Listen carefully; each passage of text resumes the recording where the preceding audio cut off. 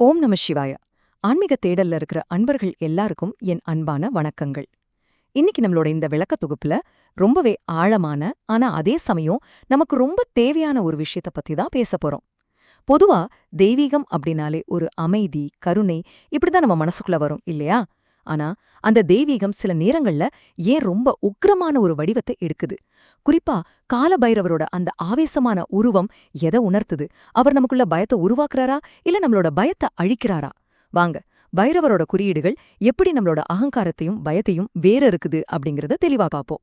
சரி, இன்னைக்கு நம்மளோட இந்த ஆன்மீக பயணத்துல நாம என்னென்ன விஷயங்களை பார்க்க போறோம்னா, முதல்ல அந்த உக்கிரமான மாயைய பத்தி புரிஞ்சுக்க போறோம். அப்புறம் அகங்காரத்தை எப்படி அழிக்கிறது, காலத்தை எப்படி வெல்றது, அந்த விசுவாசமான துணையின் மகத்துவம் என்ன, கடைசியா நமக்குள்ளேயே தூங்கிட்டு இருக்கிற அந்த காவலனை எப்படி எழுப்புறது, இந்த 5 விஷயங்களையும் தான் ஒன்னொன்னா பார்க்க போறோம். இதுல முதல் கட்டம் என்னன்னா, தெய்வீகத்தின் உக்கிரமான மாயை. அதாவது இருளில் ஒளியே காணுதல். உண்மையிலே நம்மள பாதுகாக்கிறதுனா என்ன? அத நாம எப்படி பார்க்கணுங்கிறத மாத்தி யோசிக்க வேண்டிய முக்கியமான பகுதி இது. உங்கள நீங்களே எப்பவாவது இந்த கேள்விய கேட்டிருக்கீங்களா? அதாவது நம்ம காப்பாத்தணும்னா தெய்வம் ஏன் அவ்வளவு பயங்கரமான, உக்கிரமான ஒரு வடிவத்தை எடுக்கணும்? கேட்கறதுக்கு ஒரு முரண்பாடா இருக்குல்ல? ஆனா உண்மை என்னன்னா, வெளிய பார்க்க ரொம்பவே அச்சமூட்டுற மாதிரி இருக்கிற அந்த சக்தி தான் உண்மையிலே நமக்குள்ள இருக்கிற காரிருளையும் ரொம்ப ஆழமான பயத்தையும் அழிக்கிறதுக்கு தேவையான சரியான ஆற்றலா இருக்கு. இப்போ படைத்தல், காத்தல், அழித்தல் இந்த 3 தொழில்களையும் மும்மூர்த்திகள் கவனிக்கிறாங்கங்கிறது நமக்கு நல்லாவே தெரியும். ஆனா இங்க கவனிக்க வேண்டிய விஷயம் என்னன்னா, சிவபெருமான் மற்றும் பார்வதி தேவியிடமிருந்து நேரடியாக தோன்றும் பைரவர் மற்றும் தேவி பைரவி ஆடிய வடிவங்கள் நம்மளோட ஆன்மாவில் இருக்கிற குறைகளை அப்படியே சுட்டெரிக்கிறதுக்காகவே வெளிப்படுற ஒருங்கிணைந்த சக்திகள். இது அந்த மூல நனவு நிலையிலிருந்து வர்ற ஒரு பிரம்மாண்டமான ஆற்றல். அதனால இந்த இடத்துல நம்ம தெளிவா புரிஞ்சுக்க வேண்டியது என்னன்னா, கால பைரவரோட இந்த வடிவம் யாரையோ தண்டிக்கிறதுக்காக வந்த வடிவம் கிடையாதுங்க. மாறா நம்ம வாழ்க்கையில சரியான எல்லைகளை உருவாக்குறதுக்கும், குழப்பங்களை முடிவுக்கு கொண்டு வரதுக்கும், நம்மளோட குண்டலினி சக்தியை தட்டி எழுப்புறதுக்கும் தான் அவர் செயல்படுறாரு. நமக்குள்ள இருக்கிற பேராசை, கோவம் இந்த மாதிரி உள் அரக்கர்களை அழிக்கிறது தான் அவரோட முக்கிய நோக்கம். அடுத்து நம்ம ஆன்மீக பாதையோட முதல் நடைமுறை படிக்கு வருவோம். அதாவது படி 1, அகங்காரத்தை அழித்தல். உண்மை சொல்லப்போனா இறைவனோடு நாம இணையணும்னா அதுக்கு இருக்கிற மிகப்பெரிய தடையே மனுஷனுக்குள்ள இருக்கிற அந்த அகங்காரம்தான். இதுல ரொம்பவே சுவாரஸ்யமான ஒரு புராண நிகழ்வு என்ன தெரியுமா? பைரவர் பிரம்மாவோட 5வது தலைய துண்டிச்சதுதான். இது உணர்த்துற உண்மை என்னன்னா, அகங்காரமோ தலைக்கணமோ தர்மத்தையே அச்சுறுத்துற நிலைமை வரும்போது அது இறைவனோட அறிவாகவே இருந்தாலும் சரி, அது அடக்கப்படணும் அப்படிங்கிறது தான். அந்த அழிக்கப்பட்ட பெருமையோட அடையாளம்தான் பைரவர் கையில இருக்கிற அந்த மண்டையோடு. இந்த வார்த்தைகள் எவ்வளவோ ஆழமானது பாருங்க. உக்கிரம்ங்கிறது வெறுமன கோபம் கிடையாதுங்க, அது ஒரு முழுமையான தெளிவு.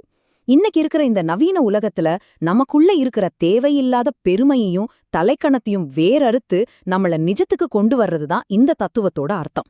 பைரவரோட சக்தி நம்மளோட அகங்காரத்துக்கிட்ட ஒருபோதும் சமரசம் பண்ணிக்காது. வாங்க, இப்போ அடுத்த படிக்கு செல்வோம். படி 2, காலத்தை வெல்லுதல்.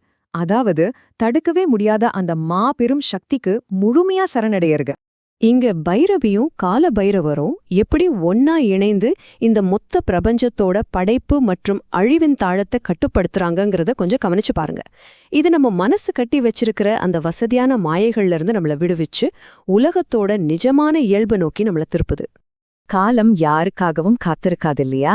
கால பைரவர்கிட்ட சரணடைகிறது மூலமா சரி நாளைக்கு பாத்துக்கலாம் அப்படிங்கிற நம்மளோட சோம்பேறித்தனமான மாயைகள் மொத்தமா அழிஞ்சு போகுது. வாழ்க்கை ரொம்ப ரொம்ப குறுகியது. நம்மளோட பயங்களை எல்லாம் வச்சுக்கிட்டு காலத்துக்கிட்ட போய் பேரம் பேச முடியாதுங்கிறத இது நமக்கு தொடர்ந்து ஞாபகப்படுத்திக்கிட்டே இருக்கு. அடுத்ததா படி 3, விசுவாசமான துணை. இந்த ஆன்மீக பாதையில நம்மளோட பாதுகாப்பு கண்டறியறது.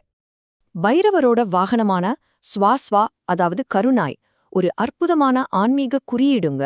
காசியின் காவலனான பைரவரை திருப்திப்படுத்த நாய்களுக்கு உணவளிப்பது ஏன் இவ்வளவு விசேஷம்னு இப்போ உங்களுக்கு புரிஞ்சிருக்கும். இந்த வாயில்லா ஜீவன்களுக்கு உணவளிக்கிறதுனால நம்மளோட கடந்த கால கர்மங்கள் சுத்தமாகிறது மட்டும் இல்லாம வாழ்க்கையோட இருண்ட பயணங்கள்ல நம்மளோட ஆத்மாவுக்கு ஒரு மென்மையான வழிகாட்டியாவும் இந்த விசுவாசமான துணை செயல்படுது. இப்போ இறுதி பகுதி, உள்ளடக்கும் காவலனை எழுப்புதல். இதுவரைக்கும் நாம பார்த்த இந்த புனிதமான போதனைகள் எல்லாத்தையும் ஒன்னா இணைச்சு அந்த சாதனைய எப்படி ஏத்துக்கிறதுன்னு பார்க்கலாம். இந்த 4 படிகளும் ரொம்ப ரொம்ப முக்கியமானதுங்க. முதல்ல உங்க பயங்களை ஏத்துக்கிட்டு அதை நேருக்கு நேர் எதிர்கொள்ளுங்க. 2வது இந்த தேவையில்லாத கட்டுப்பாடற்ற அகங்காரத்தையும் பெருமையும் தூக்கி போட்டுடுங்க. 3வது காலத்தை மதிச்சு ரொம்ப ஒழுக்கத்தோட வாழுங்க. கடைசியா விசுவாசத்தை வளர்த்து பலவீனமானவங்களை பாதுகாக்குங்க.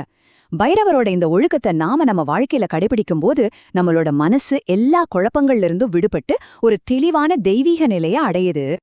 ஆன்மீக அன்பர்களே, இந்த ஆழமான விளக்க தொகுப்பு உங்களுக்கு ரொம்பவே பயனுள்ளதா இருந்திருக்கும்னு நான் நம்புறேன்.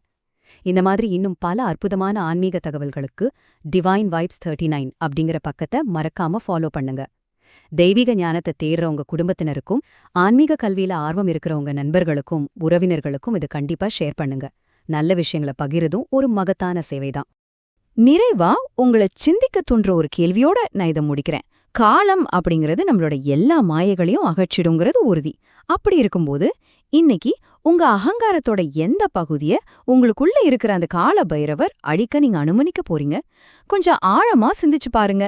எந்த பயமும் இல்லாத ஒரு புதிய பாதையில உங்க பயணம் சிறக்கட்டும். ஓம் கால பைரவாய நமஹா.